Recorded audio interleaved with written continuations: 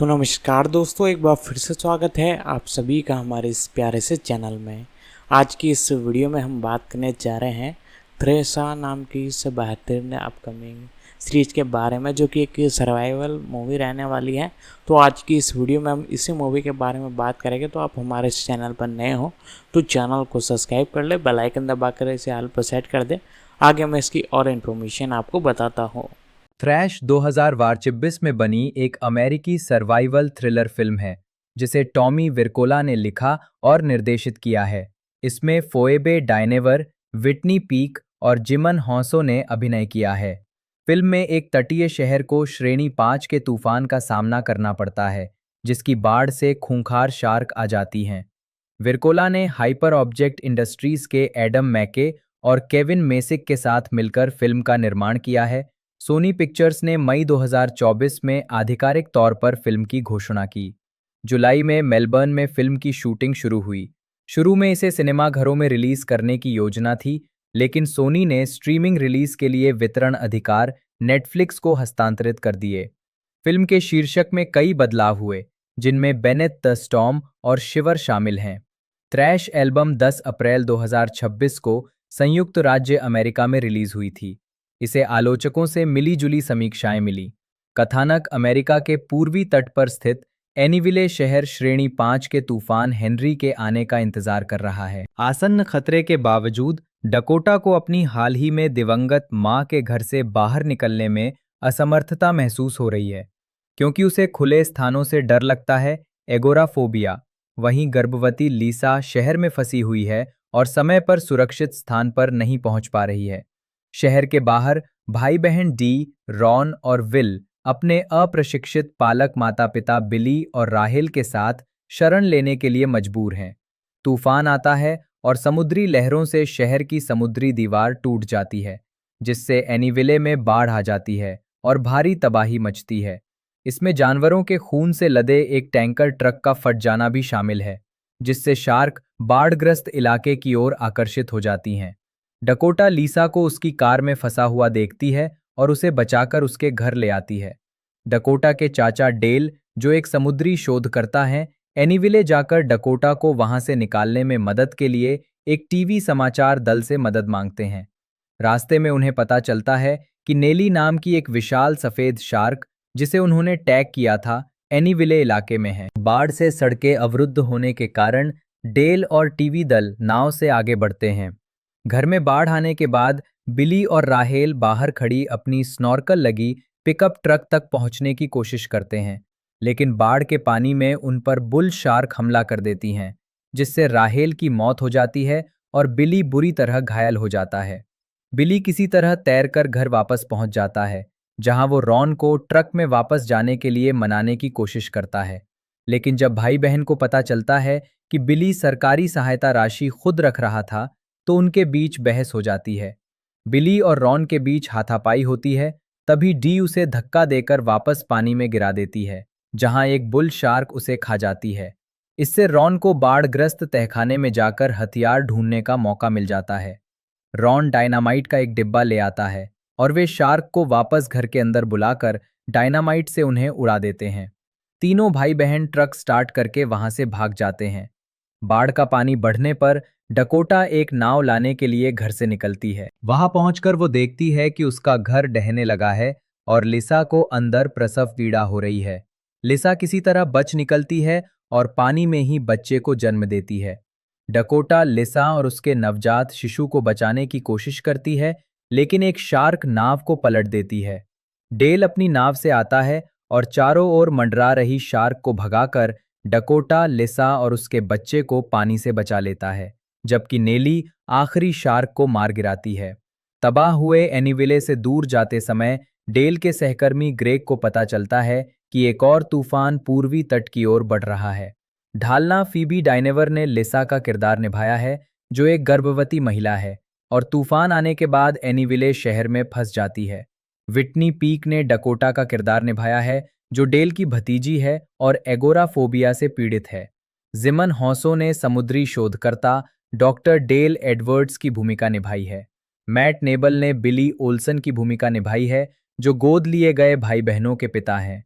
Andrew lease ने TV reporter जो sprinkle की भूमिका निभाई है। एलिला ब्राउन ने डी का किरदार निभाया है, जो 3 पालक भाई बहनों में से एक है। स्टेसी क्लॉसन ने डी और विल के बड़े भाई रॉन की भूमिका निभाई है। डांटे उबाल्डी ने रॉन और डी के छोटे भाई विल की भूमिका निभाई है। सैमी अफुनी ने डक का किरदार निभाया है, जो का कैमरामैन है। टाइलर कॉपिन ट्रेंट के रूप में। एडम डन ने हार्बर मास्टर ग्रेग विल्सन की भूमिका निभाई है। चाय हैंसन ब्रायन के रूप में, एनाबेल मुलियन क्लेयर फील्ड्स के रूप में, बर्ट ला बॉन्टे जिमी के रूप में। सियान लक्सफोर्ड ने डायने रियाल्टो की भूमिका निभाई। एमी मैथ्यूज ने बिली की पत्नी राहेल ओल्सन का किरदार निभाया है। जॉश मैककॉनविले बॉब के रूप में। उत्पादन अब मैं इसे अपने जीवन में सभी के साथ शार्क मूवी कहकर बुलाता हूं, क्योंकि इसके कई नाम बदल चुके हैं। थ्रैश से पहले इसका नाम शिवर था, फिर शिवर से पहले इसका नाम बीनीथ द स्टॉर्म था, और बीनीथ द स्टॉर्म से पहले इसका मूल नाम द राइजिंग था। इसके कई संस्करण आ चुके हैं। फोएबे डायनेवोर शीर्षक में हुए बदलावों पर। मई 2024 में सोनी पिक्चर्स ने टॉमी विरकोला के लेखन और निर्देशन में बेनेथ द स्टॉर्म नामक एक सर्वाइवल थ्रिलर फिल्म विकसित करने की घोषणा की, जिसमें फोएबे डायनेवर मुख्य भूमिका में थीं। उसी जुलाई में मुख्य फोटोग्राफी मेलबर्न, ऑस्ट्रेलिया में शुरू हुई, जिसमें विटनी पीक और जिमन हॉसो कलाकारों में शामिल हुए। मैथ्यू वेस्टन ने छायाकार के रूप में कार्य किया। मार्च 2025 में फिल्म का नाम बदलकर शिवर कर दिया गया। जनवरी 2026 में फिल्म का नाम फिर से नहीं रखा गया और फिल्म के अधिकार नेटफ्लिक्स को हस्तांतरित कर दिए गए। मुक्त करना थ्रैश को नेटफ्लिक्स द्वारा 10 अप्रैल 2026 को रिलीज किया गया था। इसे पहले सोनी पिक्चर्स रिलीजिंग द्वारा संयुक्त राज्य अमेरिका में 1 अगस्त 2025 और 3 जुलाई 2026 को सिनेमाघरों में रिलीज किया जाना था। स्वागत समीक्षा एग्रीगेटर वेबसाइट रॉटन टोमेटोज पर 47 आलोचकों की समीक्षाओं में से 40% सकारात्मक हैं। मेटाक्रिटिक, जो भारत औसत का उपयोग करता है, ने 12 आलोचकों के आधार पर फिल्म को 100 में से 47 अंक दिए, जो मिश्रित या औसत समीक्षाओं को दर्शाता है। टॉमी विरकोला, जन्म 6 दिसंबर 1949, एक नॉर्वेजियन फिल्म निर्माता हैं। वे हॉरर, एक्शन और व्यंग को मिलाकर बनी हाइब्रिड थ्रिलर फिल्मों के लिए जाने जाते हैं, जिनमें डेड स्नो 2009 और डेड स्नो 2 रेड बनाम डेड 2014 शामिल हैं, जिन्हें सनडांस फिल्म फेस्टिवल के लिए चुना गया था। अपनी मिश्रित शैली पर केंद्रित रचनाओं के लिए उन्होंने अनेक पुरस्कार और नामांकन प्राप्त किए हैं। डेड स्नो को सर्वश्रेष्ठ हॉरर फिल्म सहित 4 स्क्रीन पुरस्कारों के लिए नामांकित किया गया था। डेड स्नो 2 ने उन्हें हॉरर फिल्म फेस्टिवल में सर्वश्रेष्ठ film, international fantastic film festival में सर्वश्रेष्ठ निर्देशक और 2014 में अलामो ड्राफ्ट हाउस के फैंटास्टिक फेस्टिवल में सर्वश्रेष्ठ पटकथा के साथ साथ सर्वश्रेष्ठ फिल्म का पुरस्कार दिलाया। व्हाट हैपेंड टू मंडे को 2017 में लोकार्नो इंटरनेशनल फिल्म फेस्टिवल में वैरायटी के पियाजा ग्रांडे पुरस्कार के लिए नामांकित किया गया था। हैंसेल एंड ग्रेटेल विच हंटर्स 2013 को सर्वश्रेष्ठ हॉरर फिल्म के लिए पीपल्स चॉइस अवार्ड के लिए नामांकित किया गया था। वॉयलेंट नाइट 2022 को एक्ट्रा अवार्ड्स में सर्वश्रेष्ठ स्टंट प्रदर्शन के लिए, साथ ही international film music critics awards और रील म्यूजिक फिल्म फेस्टिवल में सर्वश्रेष्ठ मूल संगीत के लिए नामांकित किया गया था। आजीविका विरकोला सामी फिनिश और क्वेन वंश का है। उनकी पहली फिल्म 2007 की किल बुलजो थी, जिसे उन्होंने स्टिग फ्रॉड हेनरिक्सेन के साथ मिलकर लिखा था। बाद में उन्होंने 2009 की हॉरर कॉमेडी डेड स्नो, 2010 की mockumentary Kurt Josef Wagle and the legend of the fjord witch और 2014 में डेड स्नो के सीक्वल रेड वर्सेस डेड पर साथ काम किया। 2012 में विरकोला ने टेलीविजन कॉमेडी श्रृंखला हेल्पजॉर्ड का निर्देशन और निर्माण किया। 30 मिनट के 7 एपिसोड वाली ये श्रृंखला ओस्लो के एक पुलिस अधिकारी के बारे में है, जिसे गलती से अपने पुलिस घोड़े को मारने के बाद एक छोटे से गांव में निर्वासित कर दिया जाता है।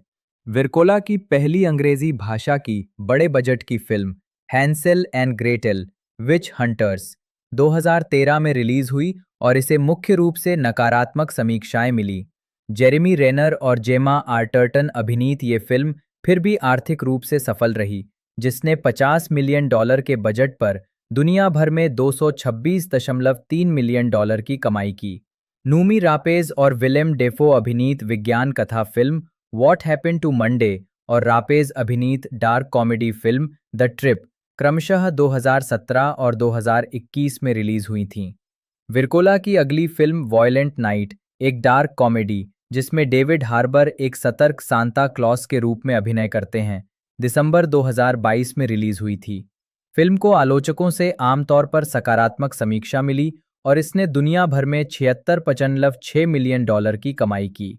विरकोला ने 2024 की एनिमेटेड म्यूजिकल सेक्स कॉमेडी स्पर्मगेडन का सह-निर्देशन किया, जो एक दोहरी कहानी है जिसमें पहली बार सेक्स करने वाले एक किशोर जोड़े और अंडे की खोज में सीमेन द सीमेन और उसके दोस्तों पर ध्यान केंद्रित किया गया है। मई 2024 में ये घोषणा की गई कि विरकोला ने कोलंबिया पिक्चर्स के साथ बेनेथ द स्टॉर्म नामक एक सर्वाइवल थ्रिलर बनाने के लिए अनुबंध किया है, जिसमें फोएबे डायनेवर मुख्य भूमिका में हैं।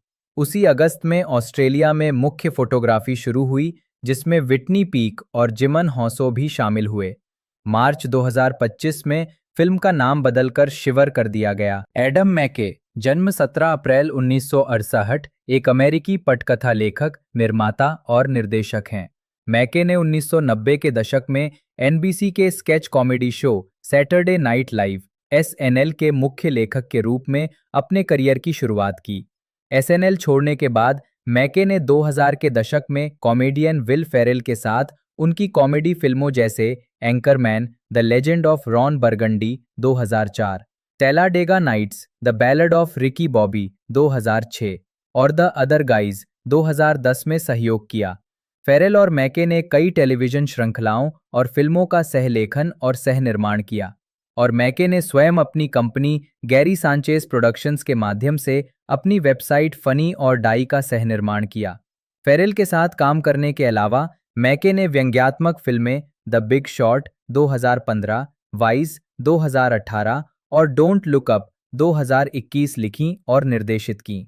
उन्होंने द बिग शॉट की पटकथा को रूपांतरित करने के लिए अकादमी पुरस्कार, बाफ्टा और क्रिटिक्स चॉइस अवार्ड जीता। 2019 में मैके ने production company hyper object industries की स्थापना की। प्रारंभिक जीवन और शिक्षा। एडम मैके का जन्म डेनवर, कोलोराडो में हुआ था और उनका पालन पोषण वॉरचेस्टर, मैसाचुसेट्स और बाद में मालवर्न, पेंसिल्वेनिया में उनकी मां सारा, एक वेट्रेस, और उनके पिता, एक संगीतकार, द्वारा किया गया था। जब मैके 7 साल के थे तब उनके माता पिता का तलाक हो गया। मैके ने मालवर्न के ग्रेट वैली हाई स्कूल में पढ़ाई की, जहां से उन्होंने 1986 में स्नातक की उपाधि प्राप्त की। इसके बाद उन्होंने पेन स्टेट यूनिवर्सिटी में 1 वर्ष तक अध्ययन किया और फिर टेम्पल यूनिवर्सिटी में दाखिला लिया, जहां उन्होंने अंग्रेजी में मेजर किया। मैके ने अपनी स्नातक की डिग्री प्राप्त करने से 1.5 सेमेस्टर पहले ही टेम्पल यूनिवर्सिटी छोड़ दी। उन्होंने इसे काल्पनिक डिग्री से संतुष्ट होना बताया। आजीविका। मैके ने द सेकेंड सिटी में डेल क्लोज के अधीन अध्ययन किया और फिर the second city touring company में शामिल हो गए। उन्होंने सेकेंड सिटी कंपनी के सदस्य के रूप में एक रिव्यू में प्रदर्शन किया और सेकेंड सिटी के 80वें रिव्यू पिनाटा फुल ऑफ बीच के लिए पूरी तरह से मेन स्टेज पर जाने से पहले 69वें रिव्यू में मेन स्टेज पर भी प्रस्तुति दी। इस ऐतिहासिक शो में जॉन ग्लेजर, राहेल ड्रैच और स्कॉट एडसेट भी शामिल थे। मैके upright citizens brigade improv comedy group के संस्थापक सदस्यों में से एक हैं और शिकागो के इम्प्रोव ओलंपिक में एक पूर्व कलाकार हैं, जहां वे इम्प्रोव ग्रुप द फैमिली के सदस्य थे, जिनके सदस्यों में मैट बेसर, इयान रॉबर्ट्स, नील फ्लिन, माइल्स स्ट्रोथ और अली फराह नाकियन के साथ साथ चाइल्ड्स प्ले टूरिंग थिएटर भी शामिल थे। शनिवार की रात लाइव एडम मैके 2015 में हॉलीवुड के डॉल्बी थिएटर में एंट मैन के प्रीमियर पर। जून 2015 में एंट मैन के हॉलीवुड प्रीमियर में मैके ने मूल रूप से सैटरडे नाइट लाइव में एक ऑन स्क्रीन कलाकार बनने के लिए ऑडिशन दिया था, लेकिन उनका चयन नहीं हुआ। हालांकि उनके द्वारा प्रस्तुत स्क्रिप्ट्स के कारण उन्हें 1995 में एक लेखक के रूप में नौकरी मिल गई। 1 साल के भीतर 28 वर्ष की आयु में मैके मुख्य लेखक बन गए और इस पद पर वे 1999 तक रहे। उन्होंने शो के लिए कई लघु फिल्मों का निर्देशन भी किया, जिनमें मूल एसएनएल डिजिटल शॉर्ट्स भी शामिल हैं। मैके ने अपनी सेकेंड सिटी की दोस्त टीना फे को सैटरडे नाइट लाइव में अपनी कुछ स्क्रिप्ट्स भेजने के लिए प्रोत्साहित किया और बाद में वो मुख्य लेखक के रूप में उनकी उत्तराधिकारी बनी। मुख्य लेखक न होने के बावजूद मैके 2001 तक एसएनएल में एक नियमित लेखक के रूप में बने रहे, जहां उन्होंने 6 साल बाद श्रृंखला छोड़ दी। एसएनएल में अपने कार्यकाल के अंतिम 2 वर्षों में उन्होंने कोऑर्डिनेटर ऑफ फॉल्कनरी के रूप में एक सम्मानजनक क्रेडिट का अनुरोध किया और उसे प्राप्त किया। एसएनएल छोड़ने के कुछ ही समय बाद मैके ने कॉमेडियन विल फेरेल के साथ मिलकर गैरी सांचेज प्रोडक्शंस नामक प्रोडक्शन कंपनी बनाई और कॉमेडी फिल्में Anchorman, the legend of Ron Burgundy 2004, Talladega nights, the ballad of Ricky Bobby 2006, step brothers 2008 और द अदर गाइज 2010 लिखीं, जिनमें से सभी का उन्होंने निर्देशन, निर्माण किया और एक अभिनेता के रूप में कैमियो भूमिकाएं भी निभाईं। फेरेल और मैके ने HBO series east bound and down का सहनिर्माण किया। मैके फिल्म द कैंपेन 2012 के लेखकों में से एक थे और उन्होंने फिल्म डैडीज होम 2015 का निर्माण किया, जिसमें द अदर गाइज के सितारे फेरेल और मार्क वाहलबर्ग फिर से एक साथ आए थे और जिसका निर्देशन शॉन एंडर्स ने किया था। मैके ने पैटन रीड द्वारा निर्देशित मार्वल स्टूडियोज की फीचर फिल्म एंटमैन की पटकथा भी फिर से लिखी। एडगर राइट के जाने के बाद मैके ने शुरू में फिल्म का निर्देशन करने के लिए बातचीत की थी, लेकिन राइट के सम्मान में उन्होंने ऐसा न करने का विकल्प चुना। मैके ने एंटमैन एंड द वास्प की कहानी को विस्तार देने के लिए Reed, Paul Rudd, Gabriel Ferrari और एंड्रयू बैरर के साथ भी काम किया। उन्होंने मार्वल स्टूडियोज के लिए सिल्वर सर्फर फिल्म का निर्देशन करने में भी रुचि व्यक्त की है। फिल्में और टेलीविजन उन्होंने land of the lost 2009, the goods, live hard, sell hard 2009, the virginity hit 2010, Casa de mi Padre 2012, Bachelorette 2012, Tim and Eric's billion dollar movie 2012, the campaign 2012, Hansel and Gretel witch hunters 2013, Tammy 2014, welcome to me 2014, get hard 2015, sleeping with other people 2015, daddy's home 2015 और the boss 2016 जैसी फिल्मों का निर्माण किया। East bound and down के अलावा मैके ने टेलीविजन श्रृंखला बिग लेक और सक्सेशन का भी निर्माण किया है, जिसका पायलट एपिसोड उन्होंने निर्देशित किया था। साथ ही mini series the spoils of Babylon और द क्रिस कैथर्ड शो का भी निर्माण किया है।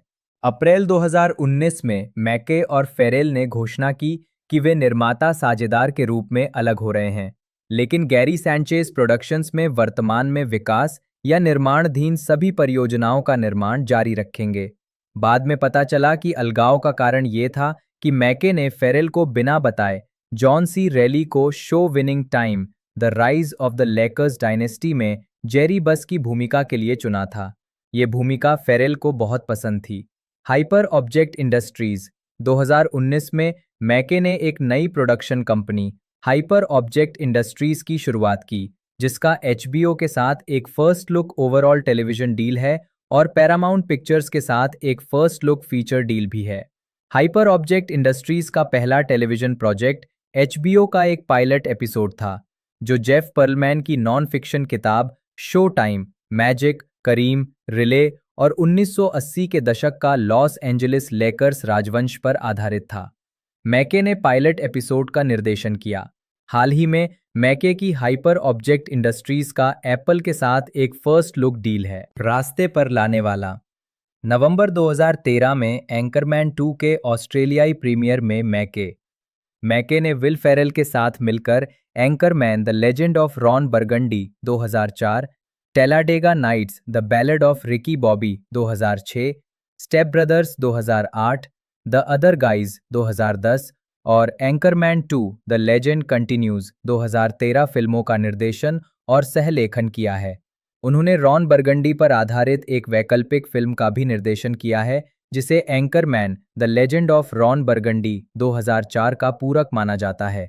इसका शीर्षक है wake up Ron Burgundy the lost movie 2004। ये फिल्म मूल फिल्म के वैकल्पिक दृश्यों, हटाए गए दृश्यों और उपकथाओं को एक साथ जोड़कर बनाई गई है। मैके ने जॉर्ज डब्ल्यू बुश के Broadway show you're welcome America का निर्देशन किया और फेरेल के साथ सह-लेखन किया। उन्होंने horror action film Hansel and Gretel witch hunters का निर्माण किया। मैके ने TV documentary film life casters 2013 का निर्देशन किया। उन्होंने कई लघु फिल्मों का निर्देशन किया है, जिनमें सैटरडे नाइट लाइव के लिए डिजिटल शॉर्ट फिल्में और फनी और डाई के लिए लघु video good cop baby cop शामिल हैं, जिसमें उनकी बेटी पर्ल ने अभिनय किया है। उनके द्वारा निर्देशित अन्य लघु फिल्मों में द प्रोसीजर 2007 शामिल है, जिसमें विल फेरेल, विलेम डेफो और एंडी रिक्टर ने अभिनय किया है। ग्रीन टीम 2008, जिसमें फेरेल, जॉन सी रेली और उन्होंने स्वयं अभिनय किया है, और के स्विस का विज्ञापन केनी पावर्स द के स्विस MFCEO 2011, जिसमें डैनी मैकब्राइड ने ईस्टबाउंड एंड डाउन के केनी पावर्स की भूमिका निभाई है, जिसका उन्होंने फेरेल के साथ सह निर्माण किया है और एक एपिसोड का निर्देशन भी किया है। उन्होंने माइकल लुइस की गैर काल्पनिक पुस्तक द बिग शॉट के फिल्म रूपांतरण का निर्देशन और लेखन किया, जो 2008 के वित्तीय संकट और वित्तीय एवं क्रेडिट बुलबुले के निर्माण के बारे में है। फिल्म 11 दिसंबर 2015 को सीमित रिलीज में खुली और 23 दिसंबर 2015 को व्यापक रिलीज में विस्तारित हुई। फिल्म में Brad Pitt, Christian Bale, Ryan Gosling और स्टीव कैरल ने अभिनय किया। उन्हें फिल्म में अपने काम के लिए सर्वश्रेष्ठ निर्देशक और सर्वश्रेष्ठ रूपांतरित पटकथा के लिए अकादमी पुरस्कार के लिए नामांकित किया गया, और बाद वाली श्रेणी में उन्होंने अपना पहला अकादमी पुरस्कार जीता। 2016 में उन्हें और सहलेखक चार्ल्स रैंडोल्फ को उनकी पटकथा के लिए USC स्क्रिपर पुरस्कार मिला। 2016 में वे मार्क वेड की इसी नाम की कॉमिक पर आधारित सुपर हीरो फिल्म इररिडीमेबल से जुड़े। नवंबर 2016 में मैके ने पूर्व अमेरिकी उपराष्ट्रपति डिक चेनी और सत्ता में उनके उदय पर आधारित जीवनी परक ब्लैक कॉमेडी फिल्म बैकसीट का विकास शुरू किया, हालांकि इसका शीर्षक अंततः वाइस में बदल दिया गया। क्रिश्चियन बेल ने चेनी की भूमिका निभाई और ये फिल्म 25 दिसंबर 2018 को अन्नपूर्णा पिक्चर्स द्वारा संयुक्त राज्य अमेरिका में रिलीज हुई। मिलीजुली समीक्षाओं के बावजूद वाइस को 91वें अकादमी पुरस्कारों में 8 नामांकन प्राप्त हुए, जिनमें सर्वश्रेष्ठ फिल्म और सर्वश्रेष्ठ निर्देशक के लिए मैके का दूसरा नामांकन शामिल था, और इसने सर्वश्रेष्ठ मेकअप और हेयर स्टाइलिंग का पुरस्कार जीता। 2020 में मैके ने व्यंग्यात्मक black comedy film don't look up पर काम शुरू किया, जिसमें 2 निम्न स्तर के वैज्ञानिक दुनिया को ये समझाने की कोशिश करते हैं कि एक विनाशकारी धूमकेतु आ रहा है। मैके ने पटकथा लिखी और नेटफ्लिक्स के लिए फिल्म का निर्माण किया। फिल्म में Jennifer Lawrence, Leonardo DiCaprio, Jonah Hill, Rob Morgan, Tyler Perry, Meryl Streep और केट ब्लैंचेट ने अभिनय किया है। दिसंबर 2021 में इसे सीमित सिनेमाघरों में रिलीज किया गया, जिसके बाद उसी महीने नेटफ्लिक्स पर स्ट्रीमिंग शुरू हुई। फिल्म को 94वें अकादमी पुरस्कारों में सर्वश्रेष्ठ फिल्म सहित 4 नामांकन प्राप्त हुए। मैके उद्यमी एलिजाबेथ होम्स पर आधारित जीवनी परक फिल्म बैड ब्लड के लिए जेनिफर लॉरेंस के साथ काम करने वाले थे, जो bad blood secrets and lies in a silicon valley startup नामक पुस्तक पर आधारित थी। मूल रूप से लेजेंडरी पिक्चर्स द्वारा निर्मित और यूनिवर्सल पिक्चर्स द्वारा रिलीज की जाने वाली इस परियोजना को दिसंबर 2021 में एप्पल स्टूडियोज ने अपने हाथ में ले लिया। हालांकि नवंबर 2022 में लॉरेंस ने द ड्रॉपआउट में अमांडा सेफ्राइड के अभिनय की नकल न करने की इच्छा के कारण परियोजना छोड़ दी। परियोजना की वर्तमान स्थिति अज्ञात है। मार्च 2023 में यह खुलासा हुआ कि मैके की अगली परियोजना का शीर्षक एवरेज हाइट एवरेज बिल्ड होगा, जो एक सीरियल किलर पर केंद्रित एक राजनीतिक व्यंग्य फिल्म होगी। फिल्म में Robert Pattinson, Amy Adams, Robert Downey Junior, Forest Whitaker और डैनियल डेडवाइलर मुख्य भूमिका में होंगे। 30 अप्रैल 2023 को यह घोषणा की गई कि इस परियोजना को नेटफ्लिक्स ने अधिग्रहित कर लिया है। 4 दिसंबर 2023 को यह घोषणा की गई कि मैके ने जलवायु परिवर्तन पर एक फिल्म बनाने के लिए इस परियोजना को छोड़ दिया है और इसके बाद परियोजना को रद्द कर दिया गया। मजेदार या मरो मुख्य लेख। मजेदार या मरो 2007 में मैके और फेरेल ने उपयोगकर्ता द्वारा प्रस्तुत कॉमेडी वीडियो साइट फनी और डाई लॉन्च की। साइट पर एक वीडियो जिसका शीर्षक द लैंडलॉर्ड है, में वो और उनकी छोटी बेटी पर्ल दोनों दिखाई देते हैं, जिन्हें फेरेल और उनकी पत्नी अपशब्द बोलने के लिए उकसाते हैं। पर्ल ने गुड कॉप, बेबी कॉप नामक दूसरे वीडियो में भी अभिनय किया। पॉडकास्टिंग। नवंबर 2015 से अक्टूबर 2016 तक मैके ने गिमलेट मीडिया द्वारा निर्मित विज्ञान comedy podcast surprisingly awesome with Adam Davidson की मेजबानी की। मैके ने जेफरी एप्स्टीन मामले की पड़ताल करने वाली पॉडकास्ट श्रृंखला ब्रोकन, जेफरी एप्स्टीन और ब्रोकन सीकिंग जस्टिस का भी निर्माण किया।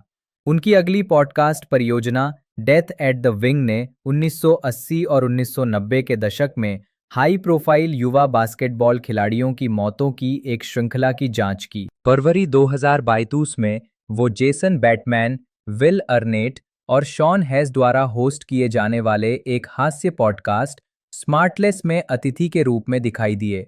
2023 में उन्होंने 1950 के दशक में हॉलीवुड में मशहूर हस्तियों की मौतों के बारे में डेथ ऑन द लॉट की मेजबानी की।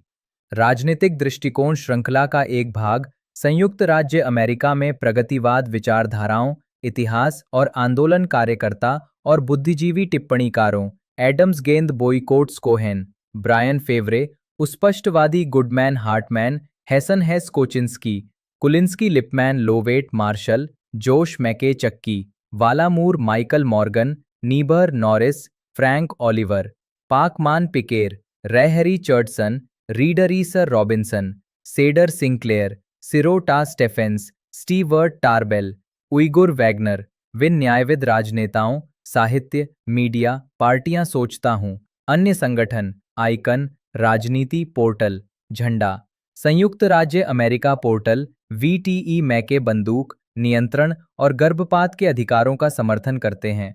वे पूर्व राष्ट्रपति बिल क्लिंटन के आलोचक रहे हैं। मैं वास्तव में मानता हूं कि बिल क्लिंटन आधुनिक युग के सबसे बुरे राष्ट्रपतियों में से एक हैं।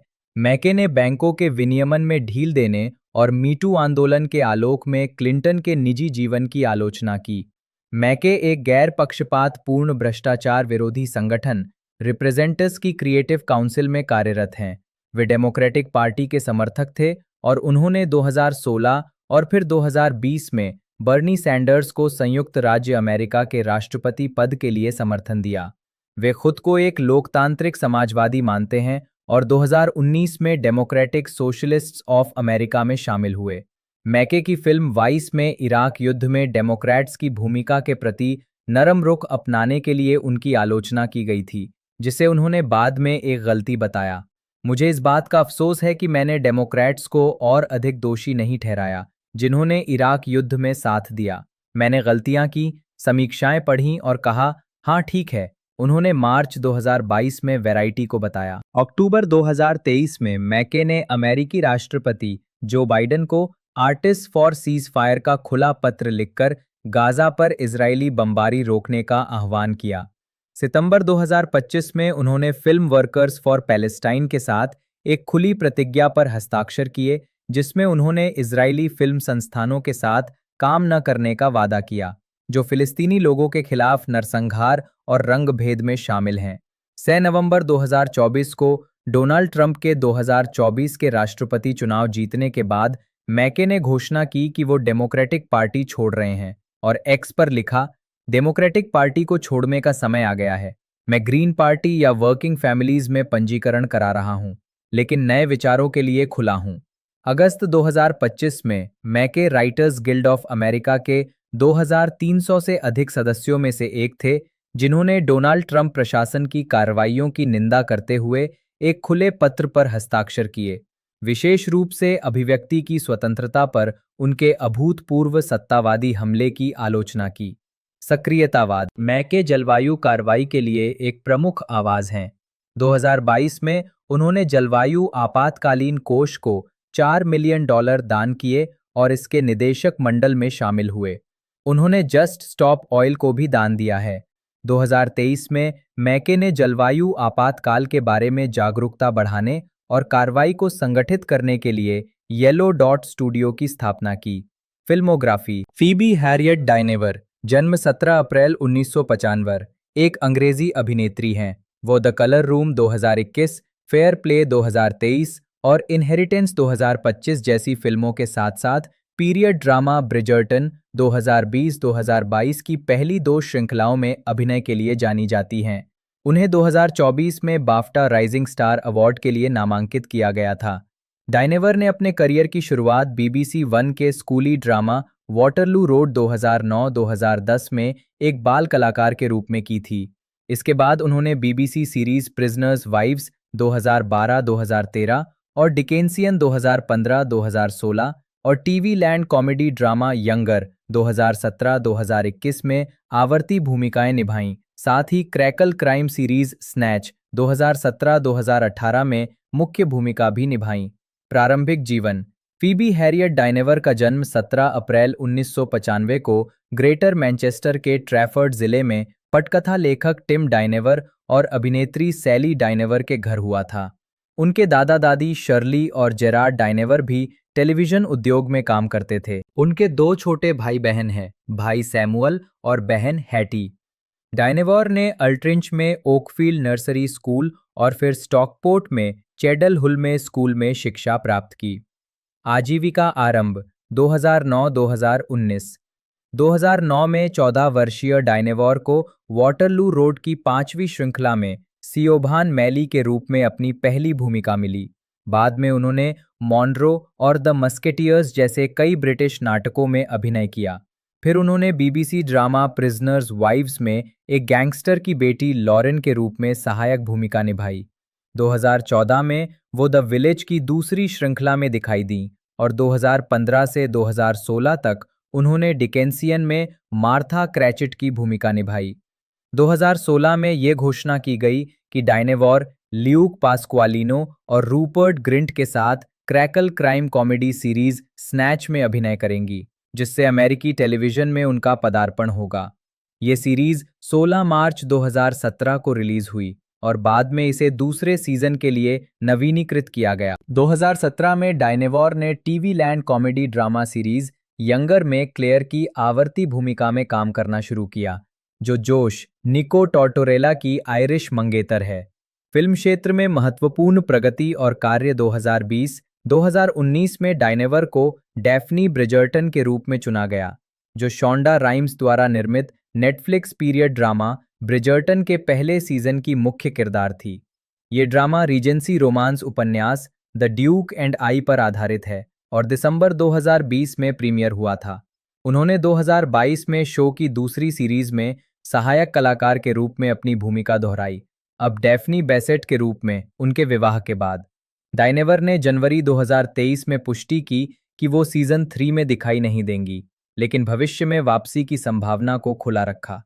डाइनेवर ने 2021 में स्काई सिनेमा के लिए क्लेयर मैकार्थी द्वारा निर्देशित जीवनी परक फिल्म द कलर रूम में सिरेमिकिस्ट क्लैरिस क्लिफ के रूप में अपनी फीचर फिल्म की शुरुआत की। अप्रैल 2022 में डाइनेवर ने अमेज़न प्राइम पर प्रसारित British call my agent remake के एक एपिसोड, जिसका शीर्षक 10% था, में खुद के एक काल्पनिक संस्करण के रूप में अतिथि भूमिका निभाई। जनवरी 2023 में डाइनेवर ने नेटफ्लिक्स की जीवनी परक फिल्म बैंक ऑफ डेव में रोरी किनियर के साथ अभिनय किया और थ्रिलर फिल्म फेयर प्ले में एल्डन एहरेनरिच के विपरीत अभिनय किया, जिसे सनडांस फिल्म फेस्टिवल में समीक्षकों द्वारा खूब सराहा गया। डाइनेवर सोनी पिक्चर्स की थ्रिलर फिल्म आई हार्ट मर्डर में अभिनय करने वाली हैं, जिसका निर्देशन मैट स्पाइसर ने किया है। इसके अलावा डाइनेवर जोनाथन स्ट्राउड के उपन्यास the outlaws Scarlett and Browne के फिल्म रूपांतरण और नाओइज डोलन के उपन्यास एक्साइटिंग टाइम्स के टेलीविजन रूपांतरण में कार्यकारी निर्माता और मुख्य भूमिका निभाएंगी। ये दोनों अमेज़न प्राइम वीडियो के लिए हैं। उनकी आगामी फिल्मों में रीस इफान्स के साथ जासूसी थ्रिलर इनहेरिटेंस, मनोवैज्ञानिक थ्रिलर विचिटा लिब्रा, जिमन हॉसो के साथ टॉमी विरकोला की शार्क थ्रिलर थ्रैश और पारिवारिक थ्रिलर एनिवर्सरी में भी भूमिकाएं हैं। 2024 में उन्होंने रिचर्ड आयर की द हाउसकीपर में डैफ्ने डू मॉरियर की भूमिका निभाई। निजी जीवन डाइनेवर प्रतिदिन ट्रांसेंडेंटल मेडिटेशन का अभ्यास करता है। दान डाइनेवर एक्शन एड यूके की राजदूत हैं, जो दुनिया भर में गरीबी में रहने वाली महिलाओं और लड़कियों के लिए जागरूकता बढ़ाने वाला संगठन है। विटनी पीक, जन्म 28 जनवरी 2003, युगांडा और कनाडा की अभिनेत्री हैं। उन्होंने एचबीओ मैक्स पर प्रसारित गॉसिप गर्ल के नए संस्करण 2021-2023 में अभिनय किया। उनके अन्य कार्यों में एप्पल टीवी प्लस की श्रृंखला होम बिफोर डार्क 2020, नेटफ्लिक्स की श्रृंखला चिलिंग एडवेंचर्स ऑफ सबरीना 2019-2020 और डिज्नी प्लस की फिल्म होकस पोकस 2 2022 शामिल हैं। आगामी film the hunger games sunrise on the reaping 2026 में वो लेनोर डोव बेयर्ड की भूमिका निभाने वाली हैं। प्रारंभिक जीवन और शिक्षा। 2003 में युगांडा के कंपाला में जन्मी पीक एक युगांडा की हेयर ड्रेसर और एक कनाडाई पायलट और इंजीनियर की सबसे छोटी बेटी हैं। उनका परिवार मुस्लिम है। उन्होंने हिलसाइड प्राइमरी स्कूल नालिया में बोर्डिंग स्कूल में पढ़ाई की। एक प्रतिस्पर्धी तैराक थीं और बचपन में अपने पिता के साथ यात्रा करती थीं। उनका परिवार 2012 में कनाडा चला गया और ब्रिटिश कोलंबिया के पोर्ट कोकविटलम में बस गया, जहां पीक ने टेरी फॉक्स सेकेंडरी सहित एक पब्लिक स्कूल में दाखिला लिया। पृष्ठांकन 2021 में पीक को संयुक्त राज्य अमेरिका में चैनल हाउस के ब्रांड एम्बेसडर के रूप में नामित किया गया था।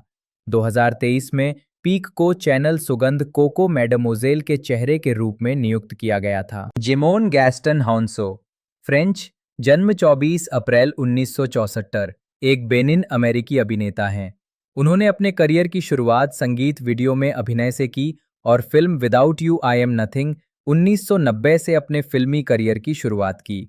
इसके बाद स्टीवन स्पीलबर्ग की फिल्म अमिस्टेड 1997 में सिंक्यू की भूमिका के लिए उन्हें व्यापक पहचान मिली, जिसके लिए उन्हें गोल्डन ग्लोब नामांकन प्राप्त हुआ।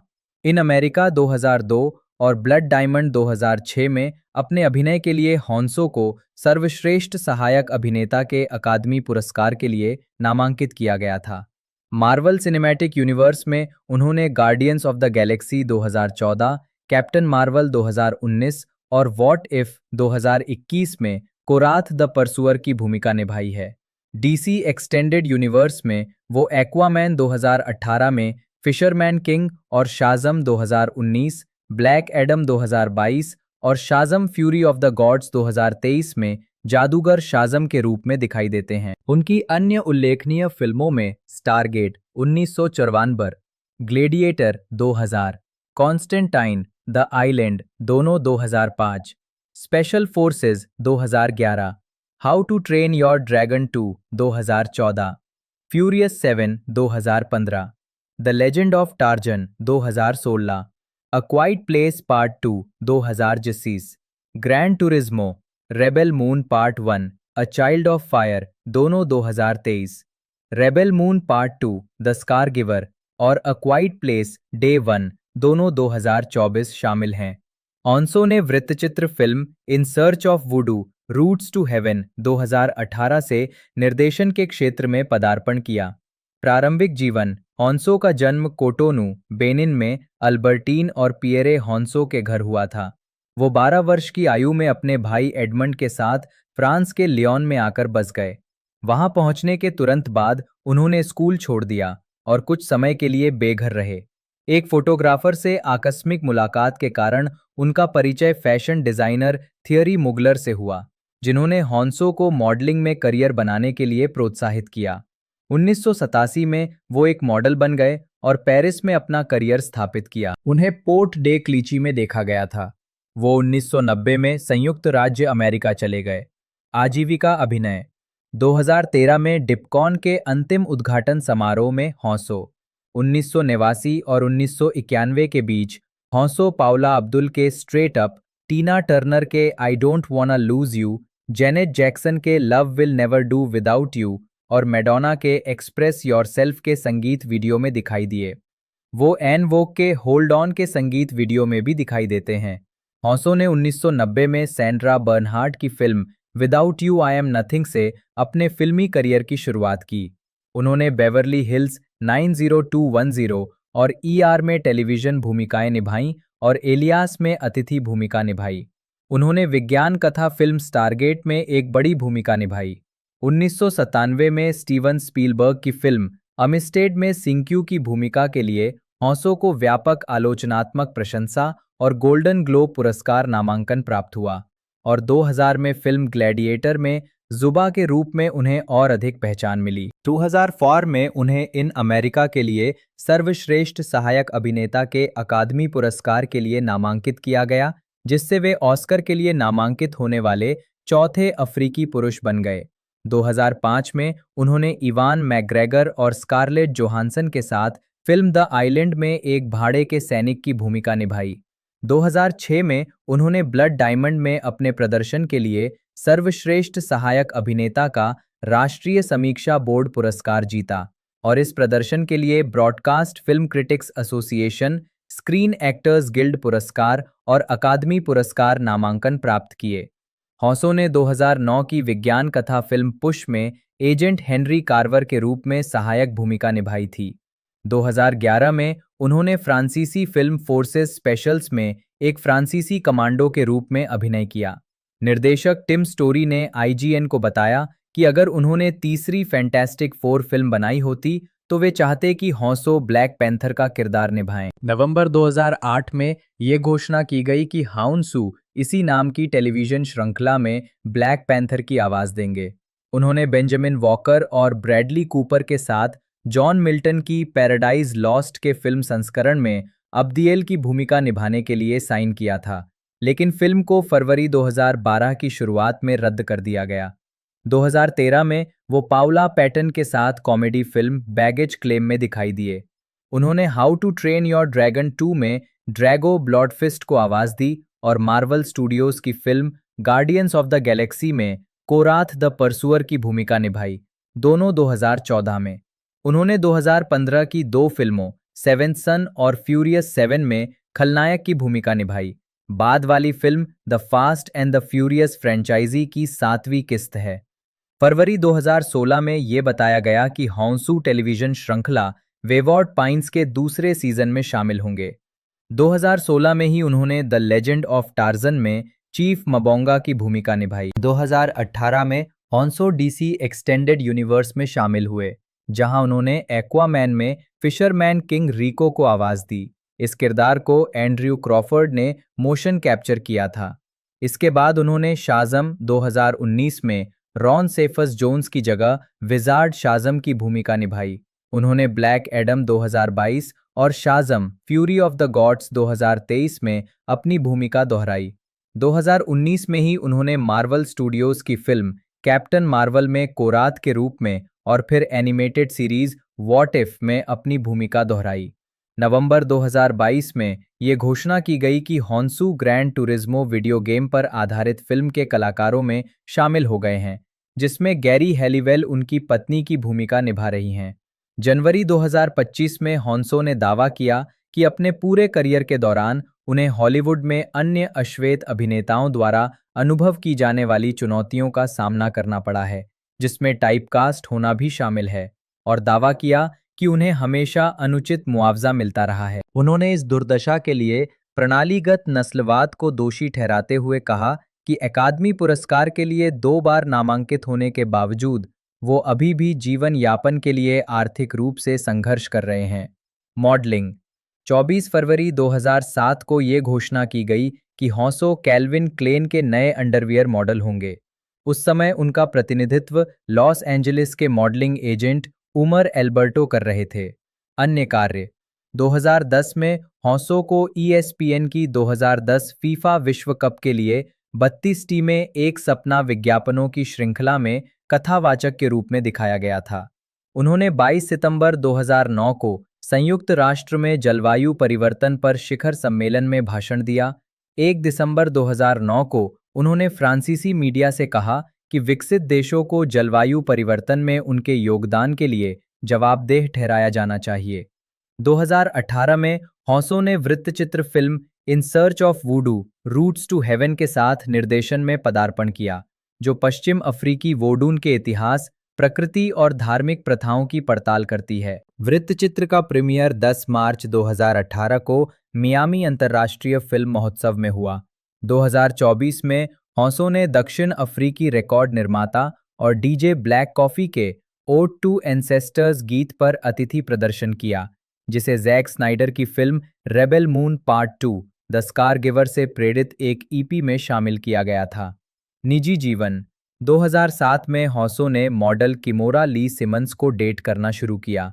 हॉसो और सिमंस ने 2008 की गर्मियों में हॉसो के पैतृक शहर बेनिन में उनके परिवार से मुलाकात की, जहां दोनों ने एक पारंपरिक प्रतिबद्धता समारोह में भाग लिया।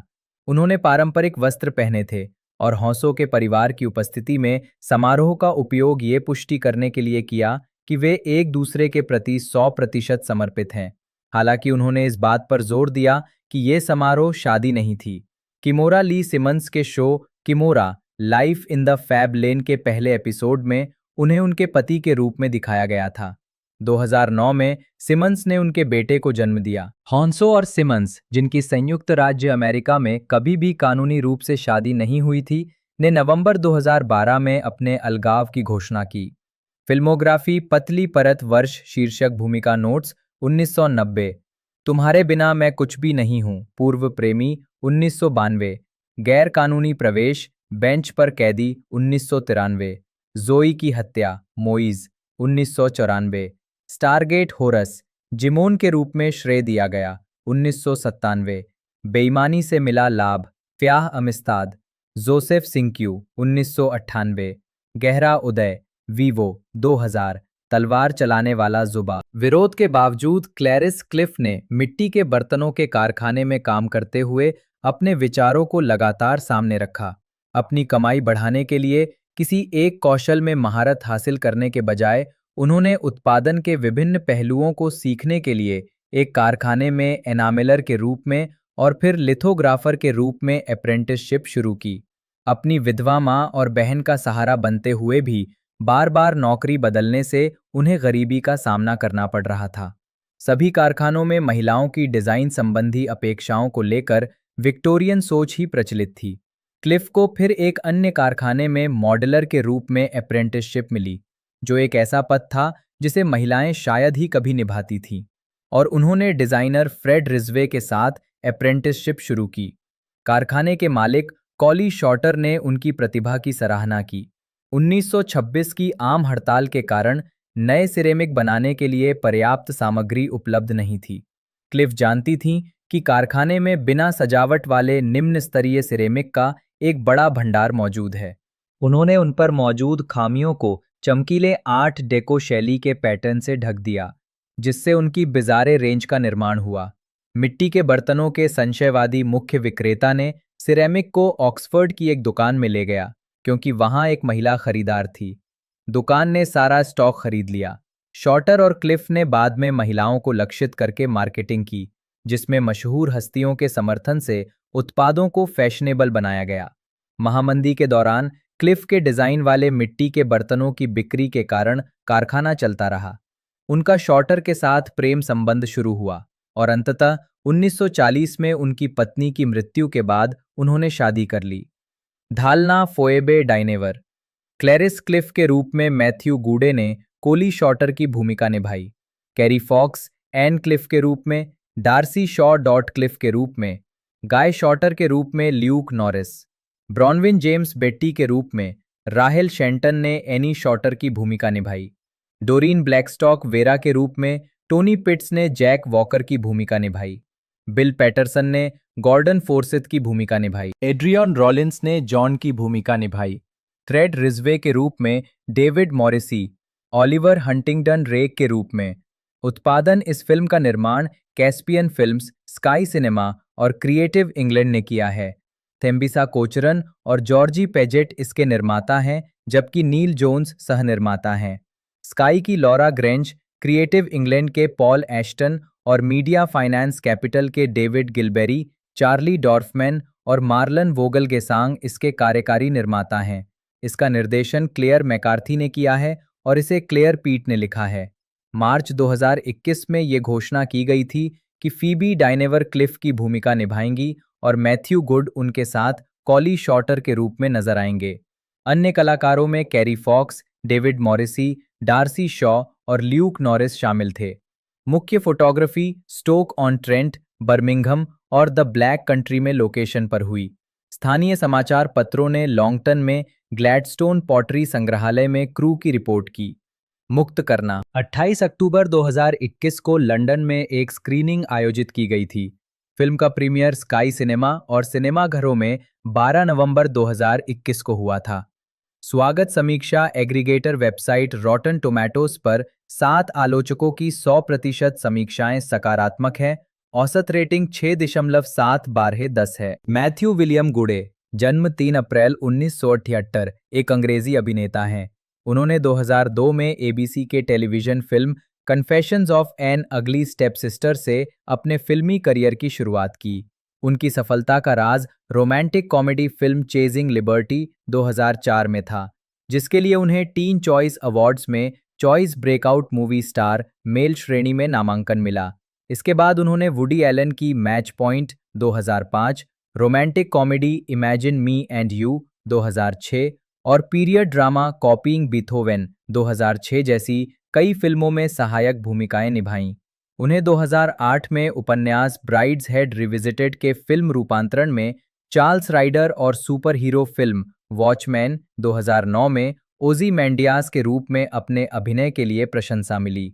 इसके बाद उन्होंने romantic comedy film leap year 2010 और ऑस्ट्रेलियाई ड्रामा फिल्म बर्निंग मैन 2011 में अभिनय किया, जिसके लिए उन्हें film critics circle of Australia awards और AATCTA अवार्ड्स दोनों में सर्वश्रेष्ठ अभिनेता के लिए नामांकन मिला। उनकी अन्य फिल्म भूमिकाओं में the lookout 2007, a single man 2009, symmetry junction 2010, Stoker 2013, बेले 2013, द इमिटेशन गेम 2014 और सेल्फलेस 2015 शामिल हैं। गुडे ने टेलीविजन श्रृंखलाओं में भी काम किया है, जिनमें ऐतिहासिक ड्रामा डाउनटन एबे में हेनरी टैलबॉट, कानूनी ड्रामा द गुड वाइफ में फिनले फिन पोल्मर और drama dancing on the edge में एक संगीत पत्रकार की भूमिका शामिल है। 2017 में गुडे ने जीवनीपरक ड्रामा श्रृंखला द क्राउन के दूसरे सीजन में एंटनी आर्मस्ट्रॉन्ग जोन्स, स्नोडन के प्रथम अर्ल की भूमिका निभाई, जिसके लिए उन्हें ड्रामा श्रृंखला में उत्कृष्ट अतिथि अभिनेता के लिए प्राइम टाइम एमी पुरस्कार नामांकन प्राप्त हुआ। 2018-2022 तक गुडे ने फंतासी रोमांस श्रृंखला अ डिस्कवरी ऑफ विचेस में अभिनय किया। 2022 में उन्होंने द ऑफर नामक एक मिनी सीरीज में प्रसिद्ध पैरामाउंट स्टूडियो के प्रमुख रॉबर्ट इवांस की भूमिका निभाई, जो 1972 की classic gangster film the godfather के निर्माण के बारे में है। प्रारंभिक जीवन और शिक्षा। गुड का जन्म 3 अप्रैल 1978 को एक्सेटर, डेवॉन में हुआ था। उनके पिता एंथनी एक भूविज्ञानी थे और उनकी मां जेनिफर एक नर्स और शौकिया थिएटर निर्देशक हैं। गुड 5 बच्चों में सबसे छोटे हैं। उनके एक भाई, 2 सौतेले भाई और उनकी मां की पिछली शादी से एक सौतेली बहन टेलीविजन प्रस्तुतकर्ता सैली मीन हैं। वे एक्सेटर के पास क्लिस्ट सेंट मैरी गांव में पले बढ़े। गुड ने एक्सेट्रा स्कूल, एक्सेट्रा, डेवॉन में एक निजी स्कूल में शिक्षा प्राप्त की, जिसके बाद उन्होंने बर्मिंघम विश्वविद्यालय और लंदन के Webber Douglas academy of dramatic arts में शिक्षा प्राप्त की।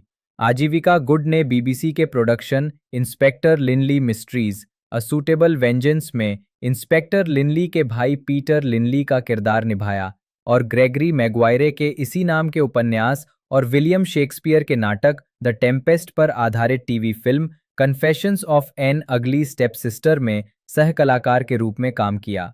2004 में गुड ने romantic comedy film chasing liberty में मैंडी मूर के साथ अपने अमेरिकी फिल्मी करियर की शुरुआत की। गुड ने वुडी एलन की थ्रिलर फिल्म मैच पॉइंट में जॉनथन राइस मेयर्स और स्कारलेट जोहानसन के साथ ओल पार्कर की romantic comedy imagine me and you में पाइपर पेराबो और लीना हेडी के साथ, TV film my family and other animals में इमेल्डा स्टैंटन के साथ, जीवनीपरक संगीत नाटक कॉपीइंग बीथोवन में एड हैरिस और डायने क्रूगर के साथ और स्कॉट फ्रैंक के क्राइम ड्रामा द लुकआउट में जोसेफ गॉर्डन लेविट के साथ सह अभिनय किया।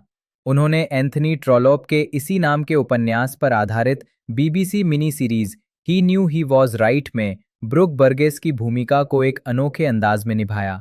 2008 में गुडे ने एवलिन वॉ के इसी नाम के उपन्यास पर आधारित drama film brides head revisited में चार्ल्स राइडर की भूमिका निभाई। 2009 में गुडे ने जैक स्नाइडर की सुपर हीरो फिल्म वॉचमैन में ओज़िमैंडियास एड्रियान विट के रूप में सह अभिनय किया और क्रिस्टोफर इशरवुड के इसी नाम के उपन्यास पर आधारित drama film a single man में कॉलिन फर्थ के साथ सह अभिनय किया। 2010 में उन्होंने रोमांटिक कॉमेडी लीप ईयर में एमी एडम्स के साथ सह अभिनय किया। सनडांस फिल्म फेस्टिवल में स्टोकर की कास्ट और क्रू के साथ गूडे। 2013 में गूडे ने BBC 2 के drama dancing on the edge में पत्रिका स्तंभकार स्टैनली मिशेल की मुख्य भूमिका निभाई। उसी वर्ष उन्होंने मनोवैज्ञानिक थ्रिलर फिल्म स्टोकर में मिया वासिकोव्स्का और निकोल किडमैन के साथ सह अभिनय किया। इसके अलावा 2013 में गूडे ने 3 भाग वाली BBC murder mystery mini series death comes to Pemberley में मैथ्यू राइस के साथ जॉर्ज विकहम की भूमिका निभाई, जो PD जेम्स के इसी नाम के उपन्यास पर आधारित थी, जो जेन ऑस्टेन के प्राइड एंड प्रेजुडिस का सीक्वल था। 2014 में वो ऐतिहासिक थ्रिलर द इमिटेशन गेम में ट्यूग अलेक्जेंडर के रूप में दिखाई दिए, जो द्वितीय विश्व युद्ध के एक ब्रिटिश क्रिप्टैनलिस्ट और शतरंज चैंपियन थे। मार्च 2014 में गूडे ने CBS के कानूनी ड्रामा द गुड वाइफ में राज्य अभियोजक फिनले फिन पोल्मर की भूमिका निभाई। 5वें सीजन के दौरान विल गार्डनर की जगह लेते हुए उन्होंने 15वें एपिसोड ड्रामेटिक्स योर ऑनर में अपनी शुरुआत की। मई 2015 में गूडे ने 6ठे सीजन के समापन के बाद द गुड वाइफ छोड़ दिया। 2014 में गुड ने ITV ड्रामा डाउनटन एबे के सीजन 5 के क्रिसमस स्पेशल ए मूरलैंड हॉलिडे में हेनरी टैलबॉट के रूप में सह अभिनय किया। वो अक्टूबर 2015 में 6ठे सीजन के 4थे एपिसोड से डाउनटन एबे में वापस आए। गुड ने 2019 में रिलीज हुई डाउनटन एबे फिल्म में भी एक संक्षिप्त भूमिका निभाई, हालांकि वो बाद के सीक्वल में दिखाई नहीं दिए। तीसरी फिल्म की शुरुआत में उनके किरदार को फ्रेंचाइजी से स्थायी रूप से हटा दिया गया था। 2010 के दशक के मध्य में कई फिल्मों में अभिनय करने के बाद वो 2016 की फिल्म एलाइड में दिखाई दिए। उन्होंने शरद ऋतु 2016 में स्ट्रुगात्स्की के उपन्यास पर आधारित WGN के रोड साइड पिकनिक श्रृंखला के निर्माण पर काम करना शुरू किया, लेकिन पायलट एपिसोड रद्द कर दिया गया। उसी वर्ष उन्होंने ITV के द वाइन शो को जो फेटोरिनी और मैथ्यू राइस के साथ प्रस्तुत किया। 2017 में गूडे ने यूनाइटेड किंगडम में स्काई वन के लिए डेबोरा हार्कनेस की बेस्ट सेलर ऑल सोल्स त्रयी के टेलीविजन रूपांतरण का निर्माण शुरू किया। शो, जिसका शीर्षक अ डिस्कवरी ऑफ विचेस है, श्रृंखला की पहली पुस्तक से लिया गया है। वो प्रोफेसर मैथ्यू क्लेयरमॉन्ट की मुख्य भूमिका निभाते हैं, जो ऑक्सफोर्ड के एक आणविक जीव विज्ञानी और पिशाच हैं। ये शो पहली बार 14 सितंबर 2018 को UK में प्रसारित हुआ था और यूनाइटेड किंगडम में इसके पहले प्रसारण की सफलता के आधार पर इसे 2 और श्रृंखलाओं के लिए नवीनीकृत किया गया है, जहां ये अपने 8 एपिसोड के प्रसारण के दौरान लगातार हर हफ्ते नेटवर्क का सबसे ज्यादा देखा जाने वाला शो था। गूडे ने मैथ्यू वॉन की किंग्समैन श्रृंखला के प्रीक्वल द किंग्समैन में कैप्टन मॉर्टन द शेफर्ड की भूमिका निभाई। 20वीं सदी में प्रथम विश्व युद्ध की पृष्ठभूमि पर आधारित ये फिल्म दिसंबर 2021 में रिलीज हुई थी। निजी जीवन: गूडे का विवाह सोफी डायमॉक से हुआ है। उनके 3 बच्चे हैं, 2 बेटियां और 1 बेटा। परिवार सरे में रहता है। फिल्मोग्राफी: पतली परत। वर्ष शीर्षक: भूमिका नोट्स। संदर्भ: 2003 अल सुर्दे ग्रेनाडा, ग्रेनाडा के दक्षिण, गेराल्ड ब्रेनन। 2004 स्वतंत्रता की तलाश, Ben Calder. 2005 match point, Tom Hewitt. 2006 कल्पना कीजिए मैं और आप, हेक्टर बीथोवेन की नकल करना, Martin Bauer. 2007 the lookout, Gary Spargo. 2008 Brideshead का पुनः अवलोकन, चार्ल्स राइडर। 2009 चौकीदार, एड्रियान विट, ओजीमैंडियास एक आदमी जिम। 2010 अधिवर्ष, डेक्लान ओ कैलागन, कब्रिस्तान junction, Mike Ramsay. 2011 burning man, Tom. 2013 Stoker, Charlie Stoker, रंगीली कैप्टन, सर जॉन लिंडसे। 2014 अनुकरण खेल, ह्यू अलेक्जेंडर। 2015 दबाव, मिशेल स्वयं कम डॉक्टर जेनसेन अल्ब्राइट। रिलीजिंग तारीख के बारे में बात करें तो 10 अप्रैल 2026 को ये हमें देखने को मिल चुकी है। और 86 मिनट टोटल इसकी रनिंग लेंथ है। साथ ही साथ बात कर ले इसकी मेन कंट्री की, यूनाइटेड स्टेट में से रिलीज़ किया गया है। मेन बेस्ड जो लैंग्वेज है वो इसकी इंग्लिश है। बाकी मैंने आपको इस मूवी की जितनी भी डिटेल है वो आपको बता दी है। वीडियो आपको अच्छी लगती है तो लाइक कीजिएगा, चैनल को सब्सक्राइब कीजिएगा, बेल आइकन दबा कर इसे ऑल पर सेट कर दीजिएगा। मिलते हैं दोस्तों अगले वीडियो में।